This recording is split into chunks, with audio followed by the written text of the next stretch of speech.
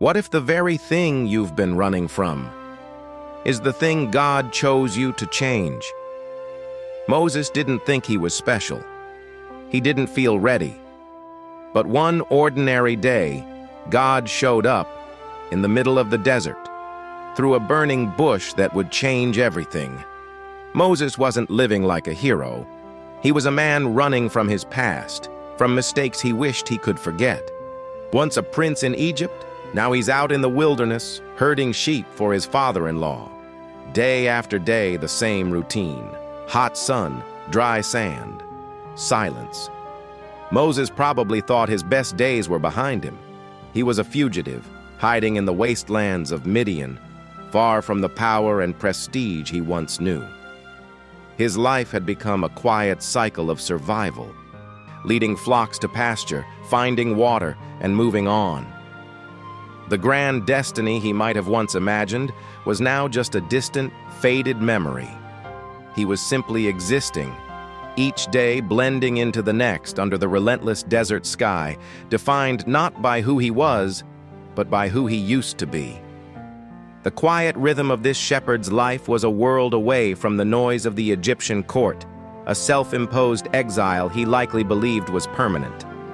But that's the thing about God. He doesn't wait for perfect people. He meets us right where we are. One day, while leading his sheep through the desert, Moses saw something strange, a bush that was on fire. But it wasn't burning up. It wasn't a destructive inferno, but a steady, contained flame, radiating light and heat without consuming its source. This wasn't a normal desert fire. It was an impossible sight, a paradox that defied the laws of nature he knew so well. He walked closer, curious. The sight was magnetic, drawing him in from his daily task. In a world of sand and stone, this flicker of divine mystery was an invitation. As he approached, a voice called out from within the flames, piercing the desert silence. "Moses! Moses!" He froze. The voice knew his name. In that moment, the ordinary became sacred, the mundane became momentous. "Here I am," he said quietly, his world shifting on its axis. And the voice spoke again. "Do not come any closer. Take off your sandals, for the place where you are standing is holy ground." The God of his ancestors, the God of Abraham, Isaac, and Jacob, was present in that fire. Then came the declaration that would redefine Moses' entire existence. "I have seen the suffering of my people in Egypt. I've heard their cries, and I have come to rescue them. I am sending you, Moses." Imagine hearing that. After 40 years of silence and obscurity, you suddenly realize God still sees you. He hasn't forgotten you or his people. He still has something for you to do. But Moses didn't feel ready. Faced with this monumental task, his past failures and present inadequacies rushed to the forefront of his mind. He was a stutterer, a man wanted for murder, a forgotten prince leading a borrowed flock. He said, "Who am I that I should go?" It was a question born of deep-seated insecurity, a cry of insufficiency against the backdrop of a divine command. He saw himself as nothing, a broken vessel unfit for such a purpose. And God replied, "I will be with you." It was not an answer that erased Moses' weaknesses, but a promise that rendered them irrelevant. God's presence would be the qualification. Still, Moses hesitated. His fear gave way to a series of practical objections, each one an attempt to deflect the call. "What if they don't believe me?" he asked, imagining the skepticism of the elders and the defiance of Pharaoh. "What if I can't speak well?"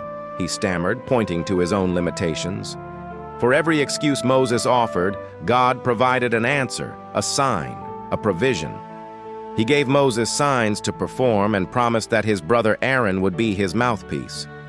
God didn't dismiss Moses' fears.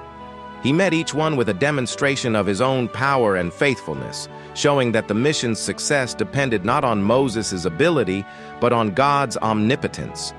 This encounter wasn't just for a man in the desert thousands of years ago.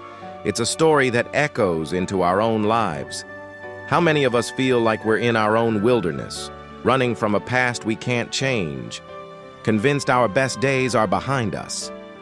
We look at our own flaws, our own stutters, our own fears, and we ask, who am I?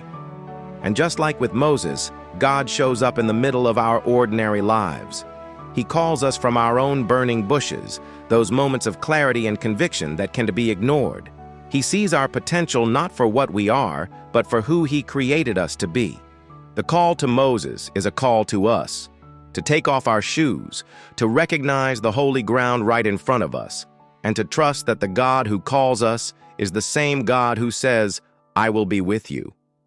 What if your greatest fears are the very places where God's greatest power will be revealed? What if your excuses are just the setup for His miracles? For more powerful Bible stories told with heart and clarity, subscribe to this channel. And let's keep growing together in faith, one story at a time.